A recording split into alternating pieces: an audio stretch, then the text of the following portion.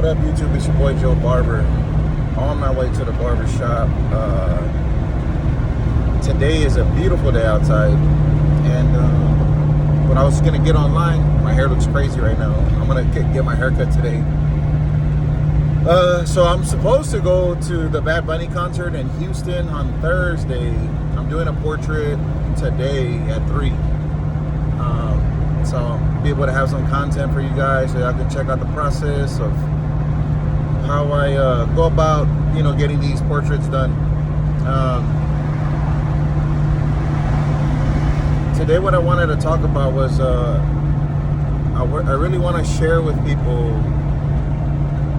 what manifestation is, and how I tend to get myself out of the, when I'm kind of negative, or not. I don't want to use the word negative. I feel like when I try to be logical about my experiences and why things happen. And I'll be honest. Before, a while back, I used to have a mentality of being a victim. Man, this always happens to me. Why is this? Why is that? How come this person, is successful? How come that guy, he don't have a license? And blah, blah, blah. Comparing my situation to other people's situations. Or else I'll think of somebody that I just feel like, man, that dude's not as talented as me, but yet he's more successful than me. It seems like his life is a lot better than mine when I know I should be doing better than him, kind of mentality. And a lot of us, we put in the time, we put in the effort, and we don't get the results, right? So it's like, man, something's missing. Something's missing in the equation. So that's the question you have to ask yourself. But even then, I wouldn't recommend you compare your situation to anybody else's situation, because you don't know what people are going through. You don't know what kind of contract they signed. You don't know what kind of loan they signed. You don't know what kind of help they got. You don't know if they have a silent business partner. You don't know anything. You know what I'm saying? So you can't go and assume that your situation and their situation is anywhere near the same. That's one. 2 is understanding who you are, understanding your purpose, understanding why you feel you want to manifest something. And a lot of us want to manifest money, and I know we do. There's thousands of videos on here on YouTube that'll teach you how to manifest money. Put some cinnamon in your hands and wash your hands with cinnamon. Get sage and do this and do that. Write it down 3 times, 33 days, or 33 times in 3 days, or 55, or 5x5 rule. Like, there's all these laws. There's the laws of the universe that you need to study, and you'll understand. Okay, man, but I ordered the 369 journal, and I finished one. I ordered 2 of them. I'm already working on my second one. And basically, when you manifest something, it's you turning your thoughts all into positive. Every experience into something positive. So something bad may happen, and you could say, you know what? Say I'm driving, I have a flat tire, bam. I pull over, and I'm like, damn, you know what? I can sit here and be like mad that the tire, busted, or it's flat, and that I'm gonna be late to work, or all the inconveniences it causes. Or you can be like, you know what? At least I'm safe. My truck didn't flip over. I have a spare. I still got to get help. I don't have a jack, or whatever the case may be. You may still have some difficulties, but at least you're safe. You're alive, and you appreciate and you're grateful that it could go worse. It could be worse. So when you want to manifest stuff, you have to have that kind of mindset already. And you have to attract things to you. You have to understand that everything is vibration, everything's energy. And when you start studying the frequencies of money, or starting the frequencies of love, or starting to learn the frequencies of whatever, those are all the things that exist. To some people it sounds crazy, but this has been around for a long time. And I know people that study it, there's scientific proof. You can Google Joe Dispenza, Dr. Joe Dispenza. He has thousands of hours of work that show how people's brain, how it functions, the frequencies that it's on, and how it strengthens your aura of your energy around your body. All that kind of stuff exists. So I started studying that, and I started applying it to my life, because I've done a lot of negative thinking in my life, and I promise you, I have a pure heart, man, where I want to help people. I love helping people, but it sucks when you help people and they don't reciprocate that energy, or they don't support you in the time of need the way you supported them, because not everybody has your heart. And sometimes when you're a good person like that and you look out for people, people take advantage of you. And then on top of that, you may have things that don't line up the way you wanted to. You know, like I have my shop has 14 stations. I could have more, but I have 14 stations right now. So I have 4 empty stations. And if all my stations were full and everybody was paying full rent, I'd be in a great position, but I don't have that. And majority of the time when you find someone that's talented and self-driven, they want to open up their own shop. That's the goal for a lot of people. So it's hard nowadays. Before it wasn't like that. It's hard nowadays to keep a talented barber on the team, because everybody wants to have their own shop. So in San Antonio, that's how it is. I don't know how it is in other cities, but yeah, maybe I think in my mind, if I was trying more to try to fit into the algorithm and mimic other barbers and what they're doing and how they're doing it, but that's not me. I really want to just have a good shop, a great atmosphere, good chairs, and all of us just like, hey man, we're a team. Let's all hustle together. Let's grind together. You won't have to worry about the light bill, water bill, whatever. Everything's paid. Just show up to work and get it, bro. Like, get it. We'll grow together, you know. But a lot of the barbers that I've hired in the last 3 years, they don't have that mentality. They come in thinking like, well, you're the owner. You need to get more people in here. You need to do this. You need to do that. And I'm like, whoa. Like, understand this, man. Up to this point, I don't rely on the barbers to pay me rent in order for me to cover the rent. I cover the rent. I've covered the rent with my own money before. I've done that, where I'm cutting hair and the money that I'm making is able to sustain the business. I hire barbers and they come in and they have no, clientele, no nothing. So then on top of maintaining the shop already, I have to spend money on marketing. And then, I have a nice Canon camera and I have all this stuff. And I'm like, hey, man, you're going to have to put the work in. Here's a camera. Here's how to use it. Connect it to your phone. Take pictures of your haircuts. Do videos. All this. I have the memory card on there. It has a lot of, I don't know, like 1 terabyte or whatever. So I'm like, you have enough, space in here to do whatever you want. Just be creative. Be consistent. So I try to do that. I try to help people, but a lot of the barbers that come in, they're like, oh, nah, I'm my own business, I'm this, I'm that, and I want to come in and I want to leave when I want to. But that defeats the whole purpose in being part of a team when you have that me mentality, like me type. It's like, no, man, it needs to be we before me, and that's how you become more successful. I try to lead by example. I try to stay busy every day. I try to do my best, but it is very difficult for the size of shop that I have, the amount of square footage, to be able to fill all the seats and make that much money with a barbershop alone. So that's why I decided, you know what, I need to open up a school.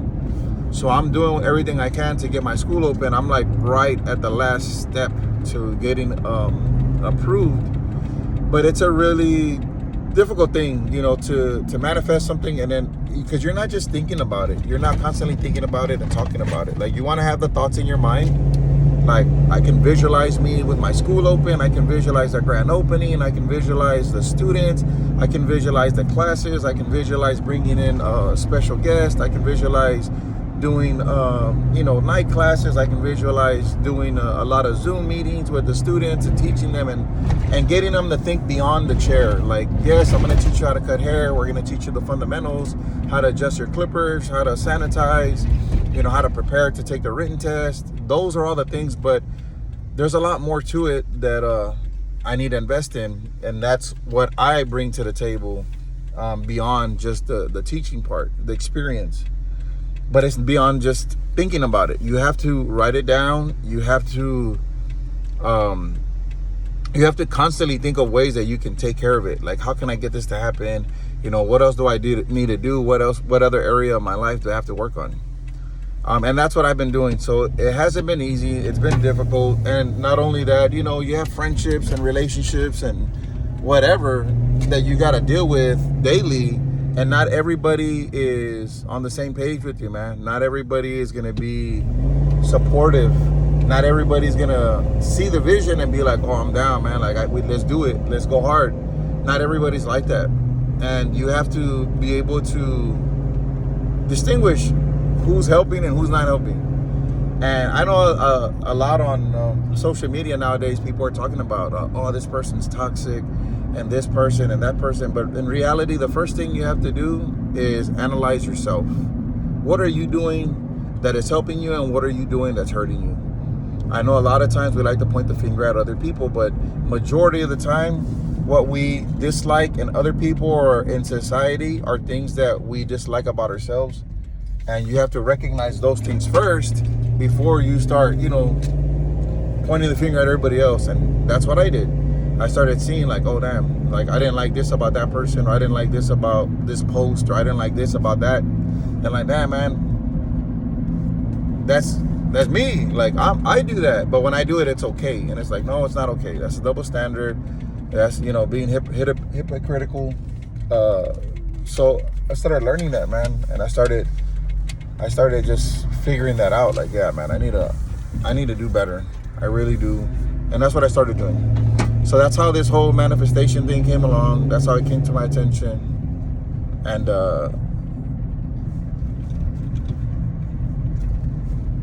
hold on, I'm looking at the barbershop. It seems like,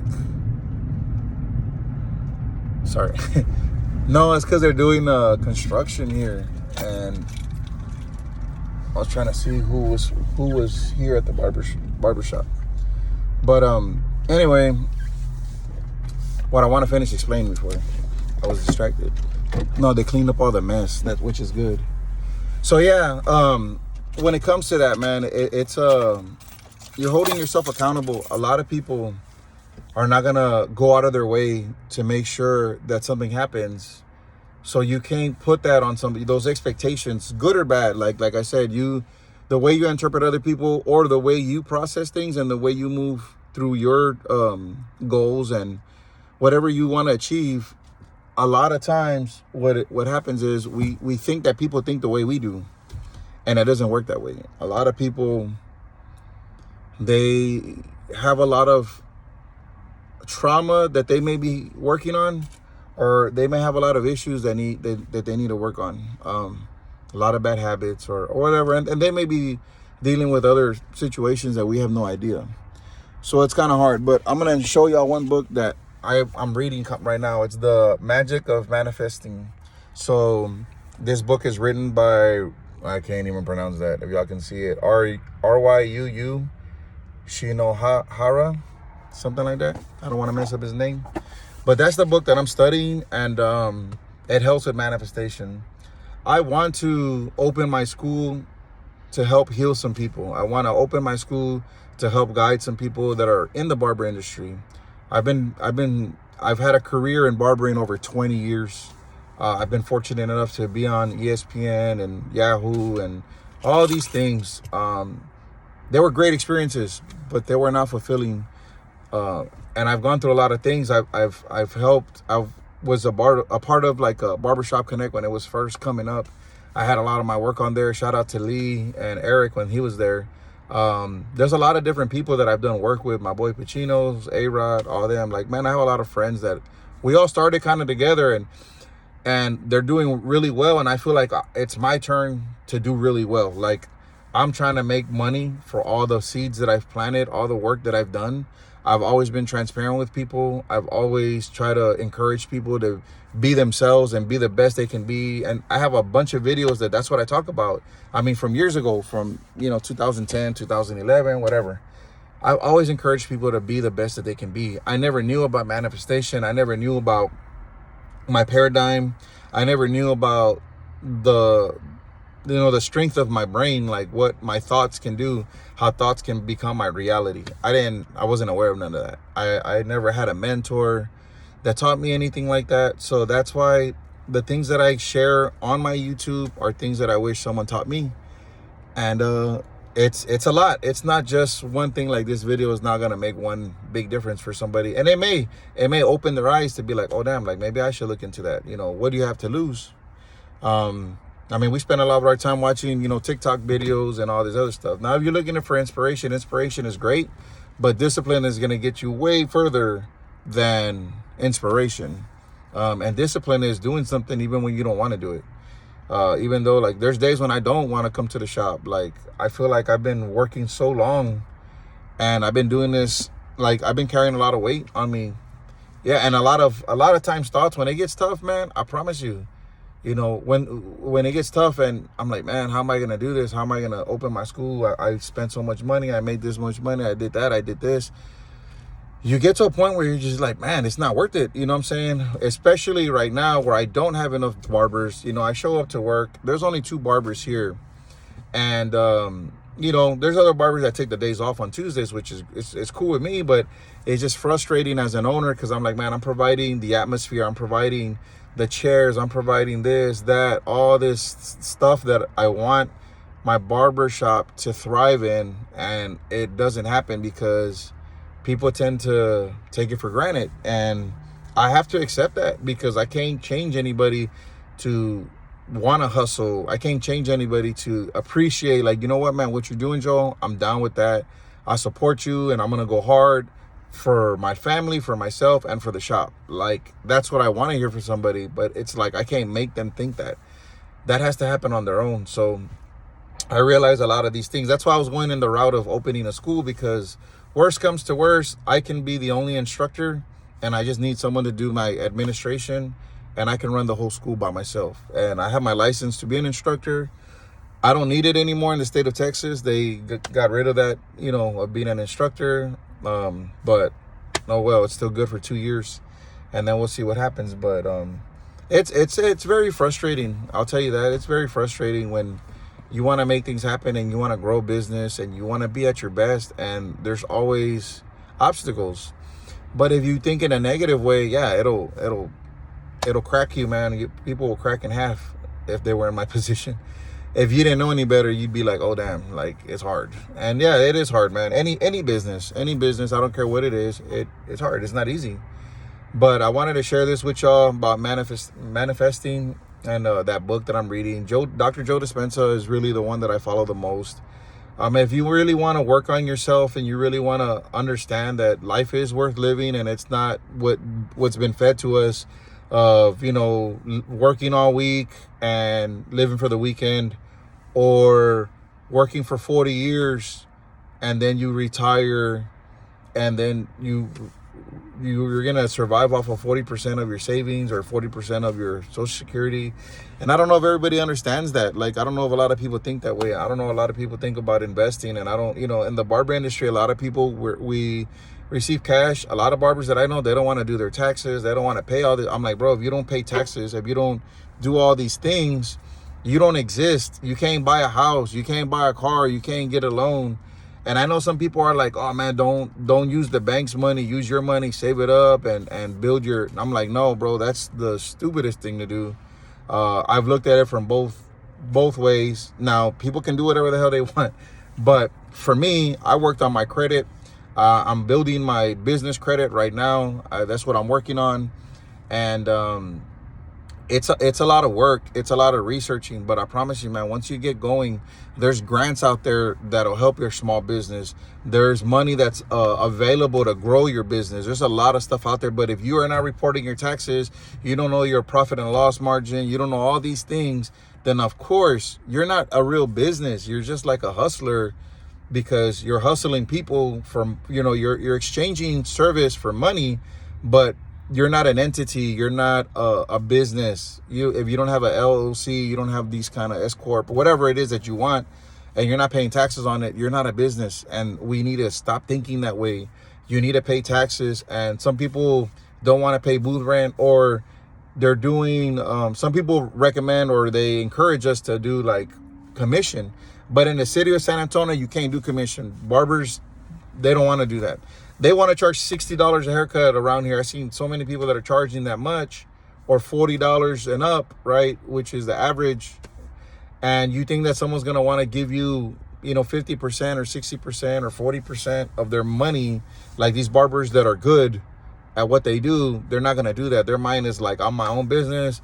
I just want to pay booth rent. I want to do my thing and leave. And so that's why it's hard to grow a business. At one point, there was maybe about 30 barbershops in the city. This is when I was young. So this is back like in 2006, 2008 that I knew of that were good. There was probably more barbershops. I would say more like 100, but in the city of San Antonio, there wasn't that many barbershops that were popping, man. And most barbershops probably had four or five chairs. Then there was a few barbershops that I knew that were, that had a good amount of barbers, 10 to 12 people. I mean, it was popping. Everybody can fade. Everybody can cut. And it wasn't mainstream. But then once we graduated school, 2005, 2006, that's when barbering became a little bit more popular. And then by 2008, bro, it was like on and popping. Like there was a lot of barbershops. Everybody started opening barbershops. So it grew, and then now we're in 2022. Bro, there's thousands of barbershops in the city of San Antonio. I mean, there's a barber college down the street. There's a barbershop, a whole bunch of barbershops on Marbach. There's a couple of barbershops up on Petranco, and they're just right next to each other. There's a lot of money to be made on Petranco. I know that. If I would move my shop to Petranco the way it is right now, yes, I'd do really good. I'd be able to hire more barbers, but that was not my vision. I'm here. When Alamo Draft House was open, we made good business. They shut down because of COVID. Now they're opening a Santikos, so that should help us gain more clientele. But we are in a what they call like a dark spot in San Antonio. But because I'm in this area, I was able to receive a grant that helps me. But that grant, I'm still in the process of receiving it. So sorry this video got a little bit long, but man, I'm just telling y'all, like, there's a lot that goes on when you're a business owner, and you have to understand what it takes to be a business. Just because you're paying booth rent doesn't make you you're your own entity. You're not your own entity. You're a barber. Unless you register for your LC, you're doing your taxes, you do your profit and loss margin, you're doing all that kind of stuff, then you become a business. But if you're not doing that, you're not a business. And I advise y'all to do that, because if you really want to grow, if your ultimate goal is to open a shop, you should treat the shop that you're working at like it's yours. Clean it, throw the trash, check the restrooms, develop those habits. Some people see it as like, oh man, that's free labor, like I'm doing your job. But it's like, no, bro, you're helping yourself, because the day's gonna come. It's like living at somebody's house, and it's like, well, it's your house, bro. I don't have to I pay rent here. I don't have to clean up my mess. I'm like, what? Like, no. Develop those habits, so when you open up your shop, nothing changes. Like, you already know what to do and how to get it done. And then when you have other barbers underneath you that are working with you and all that, then you're gonna see that, damn, man, like, that's how I was just like them. So it's all in the mindset, man. So I encourage y'all to work on yourselves, do self-development, listen to podcasts, and just study, man, and work your way up. I'm gonna get in, but it was a good conversation. Hopefully this helps somebody. Hopefully somebody got some gems and is gonna make a positive impact on your life, and hopefully your dreams do come true. And regardless of what's going on in your life, man, stay positive. I know sometimes it's hard. We all have losses. We all have incidences that happen in our lives that kind of break our heart, man. But you got to be stronger than that. You got to be stronger than your feelings, and just know that everything happens for a reason, and just strengthen yourself up, man. And every day is a new day. When you wake up, God gave you another chance to get it right. So I encourage you to just make the best of it, man. So y'all stay blessed and y'all stay faded.